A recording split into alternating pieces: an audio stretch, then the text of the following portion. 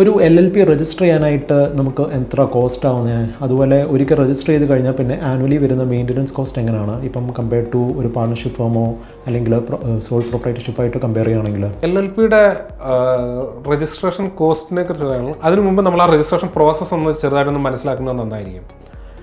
നമുക്ക് ഒരു LLP ആയിട്ടാണ് രജിസ്റ്റർ ചെയ്യേണ്ടതെങ്കിൽ ഞാൻ പറഞ്ഞ പോലെ മിനിസ്ട്രി ഓഫ് കോർപ്പറേറ്റ് അഫയേഴ്സ് ആണ് നമുക്ക് ഈ രജിസ്ട്രേഷൻ തരുന്നത്. അതിൻ്റെ മാനദണ്ഡം എന്ന് വെച്ച് കഴിഞ്ഞാൽ ആദ്യം നമ്മളൊരു നെയിമിന് അപ്ലൈ ചെയ്യണം.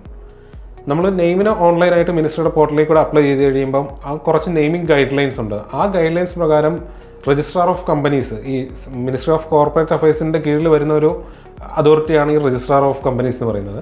അപ്പോൾ ഈ രജിസ്ട്രാർ ഓഫ് കമ്പനീസ് നമ്മൾ അപ്ലൈ ചെയ്യുന്ന നെയിം ഒന്ന് ചെക്ക് ചെയ്യുക. അവർ അത് നിലവിൽ ഏതെങ്കിലും LLPയോ കമ്പനിയോ ആയിട്ട് സാമ്യമുണ്ടോ, അല്ലെങ്കിൽ ഇതിന് ട്രേഡ് മാർക്ക് ഉണ്ടോ, അല്ലെങ്കിൽ ഇത് ജനങ്ങളെ എന്തെങ്കിലും തെറ്റിദ്ധരിപ്പിക്കുന്ന രീതിയിലുള്ള പേരുകളാണോ, അങ്ങനെയുള്ള കുറേ കണ്ടീഷൻസ് അവർ നോക്കിയിട്ട് ആ നെയിം ഓക്കെ ആണെങ്കിൽ മാത്രമേ ഇവർ നമുക്ക് നെയിം അപ്രൂവൽ തരുള്ളൂ. അങ്ങനെ വൺസ് നമുക്ക് നെയിം അപ്രൂവൽ കിട്ടിക്കഴിഞ്ഞാൽ ഒരു നിശ്ചിത സമയമുണ്ട്. ആ സമയത്തിനകം നമ്മൾ ഈ രജിസ്ട്രേഷൻ ബാക്കി അതിൻ്റെ ഡോക്യുമെൻറ്റ്സും രജിസ്ട്രേഷൻ ഡോക്യുമെൻറ്റ്സ് അതിനകത്തെ പാർട്ട്നേഴ്സ് ആരൊക്കെയാണോ ഇവരുടെ ഡീറ്റെയിൽസും എല്ലാം വെച്ചായിരിക്കും നമ്മൾ രജിസ്ട്രേഷൻ ഡോക്യുമെൻറ്റ്സ് ഫയൽ ചെയ്യുന്നത്. അങ്ങനെ ആ ഡോക്യുമെൻറ്റ്സ് എല്ലാം ഓക്കെ ആണെന്നുണ്ടെങ്കിൽ നമുക്ക് ഒരു രജിസ്ട്രേഷൻ ഡോക്യുമെൻറ്റ്സ് നമ്മൾ ഫയൽ ചെയ്തൊരു മാക്സിമം ഒരു 7 to 10 working days. It depends. അത് ചില സമയങ്ങളിൽ നമുക്ക് 1-2 ദിവസം കൊണ്ട് കിട്ടിയ സമയങ്ങളുണ്ട്, ചിലപ്പോൾ ഒരു 1 to 2 വീക്സ് എടുക്കും. It depends. അവിടുത്തെ വർക്ക് ലോഡിനെയൊക്കെ ഡിപ്പെൻഡ് ചെയ്തായിരിക്കും ഇരിക്കുന്നത്.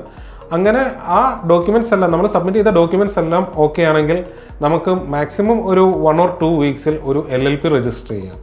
അത് കഴിഞ്ഞിട്ട് പിന്നെ പലരും വിട്ടുപോകുന്ന ഒരു കേസാണ് അതിൻ്റെ ഒരു കംപ്ലയൻസ് എന്ന് വെച്ച് കഴിഞ്ഞാൽ LLP രജിസ്ട്രേഷൻ സർട്ടിഫിക്കറ്റ് കിട്ടി 30 ദിവസത്തിനകം ഈ പാർട്ട്നേഴ്സ് എല്ലാവരും കൂടെ ചേർന്നൊരു LLP എഗ്രിമെൻറ്റ് ഫോം ചെയ്യണം. ഒരു എഗ്രിമെൻറ്റ് എക്സിക്യൂട്ട് ചെയ്ത് ഈ രജിസ്ട്രേഷൻ കഴിഞ്ഞ് 30 ദിവസത്തിനകം മിനിസ്ട്രിയിൽ ഇത് ഫയൽ ചെയ്യണം. അത് പല സംരംഭകരും അത് വിട്ടുപോകാറുണ്ട്. നമ്മുടെ അടുത്ത് ചില കേസുകൾ വരാറുണ്ട് ഇതുപോലെ ഫയൽ ചെയ്തിട്ടില്ല അല്ലെങ്കിൽ ഫയൽ ചെയ്യാൻ മറന്നുപോയി എന്നുള്ള ഒരു രീതിയിൽ. അങ്ങനെ നമുക്ക് ഈ എഗ്രിമെൻറ്റ് 30 ദിവസത്തിനകം ഫയൽ ചെയ്യാൻ പറ്റിയില്ലെങ്കിൽ അതിന് നമ്മൾ വലിയൊരു പിഴ അടയ്ക്കേണ്ടി വരും. കാരണം ആ എഗ്രിമെൻറ്റ് ഫയൽ ചെയ്തതിന് ശേഷം മാത്രമേ മുന്നോട്ടുള്ള ബാക്കി ഫയലിങ്സ് എല്ലാം നമുക്ക് ചെയ്യാൻ പറ്റുള്ളൂ. LLPയുടെ രജിസ്ട്രേഷൻ കോസ്റ്റിനെ കുറിച്ച് പറയുകയാണെങ്കിൽ അത് ഓരോ സ്റ്റേറ്റിനെയും ഡിപ്പെൻഡ് ചെയ്തിരിക്കും. കാരണം അതിൻ്റെ നമുക്ക് ഞാൻ പറഞ്ഞിരുന്ന ഒരു സ്റ്റാമ്പ് പേപ്പറിൽ നമ്മളൊരു LLP എഗ്രിമെൻറ്റ് എക്സിക്യൂട്ട് ചെയ്യണം. അപ്പോൾ ആ സ്റ്റാമ്പ് ഡ്യൂട്ടിയെ ഡിപ്പെൻഡ് ചെയ്തിരിക്കും. എങ്കിലും ഒരു 10,000 to ഒരു 15,000 അല്ലെങ്കിൽ ഒരു 20,000 ആ ഒരു റേഞ്ചിൽ ഇതിൻ്റെ ഒരു രജിസ്ട്രേഷൻ കോസ്റ്റ് നിൽക്കുന്നതായിരിക്കും.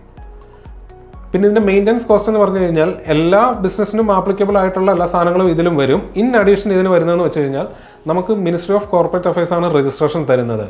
അപ്പം ആ അതോറിറ്റിയിലും കൂടെ നമ്മൾ 2 ഫോംസ്, ആനുവൽ ഫയലിംഗ് ഫോംസ് നമ്മൾ ഫയൽ ചെയ്യേണ്ടതായിട്ടുണ്ട്. അതാണ് ഇതിനൊരു അഡീഷണൽ കോസ്റ്റ് വരുന്നത്.